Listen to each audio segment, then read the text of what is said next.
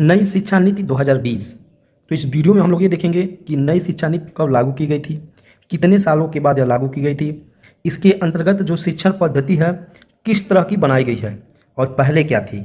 तो इन सभी के बारे में इस वीडियो में हम लोग जानेंगे। नई शिक्षा नीति 2020 भारत में 34 साल बाद नई शिक्षा नीति आई है। इससे पहले 1986 में राष्ट्रीय शिक्षा नीति आई थी।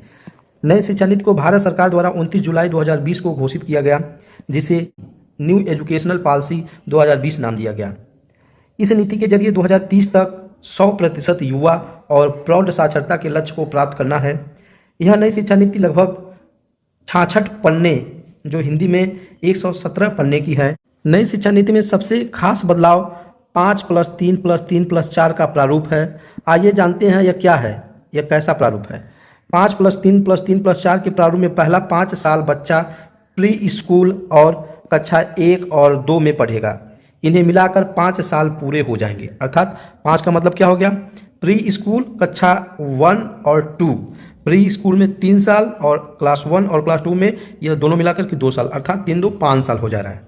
इसके बाद 8 साल से 11 साल तक के उम्र में आगे की 3 कक्षाओं, कक्षा 3, 4 और 5 की पढ़ाई करेगा, जिसको 3 नाम दिया गया, इंडिकेट किया गया 3। तो ये हो गया 5+3।